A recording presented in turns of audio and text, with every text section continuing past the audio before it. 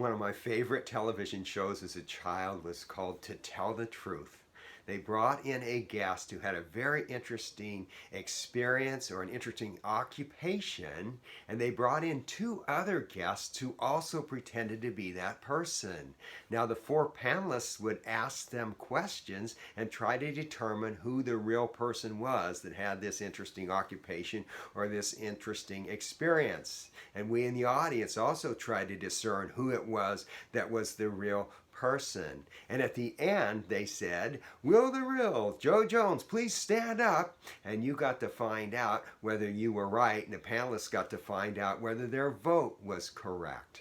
Well, there's something similar that will go on at Judgment Day. Jesus is able to discern who the imposters are and who are not the imposters. Welcome to Truth Talk with Ed Skipper every Monday, Wednesday, and Friday. Listen to these shocking words of Jesus Christ in Matthew chapter 7, verses 21 to 23.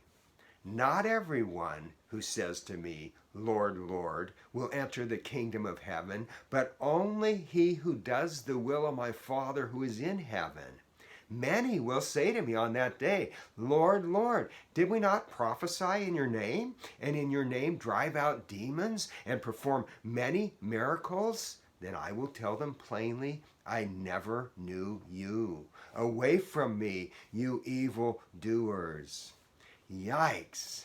These are people who believe that they've prophesied in Jesus' name and driven out demons in his name and performed miracles and are expecting to get into heaven, and they are rejected by Jesus.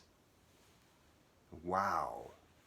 Now, this is following a section in which Jesus has been talking about false prophets, and now he's talking about people who have a false profession of faith. Malachi Love Robinson was 17 years old as a, quote, doctor when he performed his first gynecological exam. Within 3 years, he was trading in his white lab coat for a blue jumpsuit in jail. The problem was that he was a fraud. The government investigated him and found out that his degree from Arizona State was not real, his medical credentials were not real, and yet he had opened up a clinic in West Palm Beach. Aren't you glad you didn't have him for a doctor? And he was facing 90 years because of the fraud that he had committed.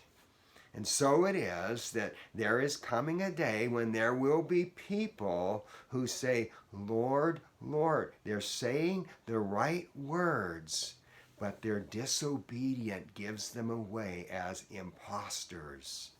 You know, I heard a story years ago about a professor, and I hope that I get the details right.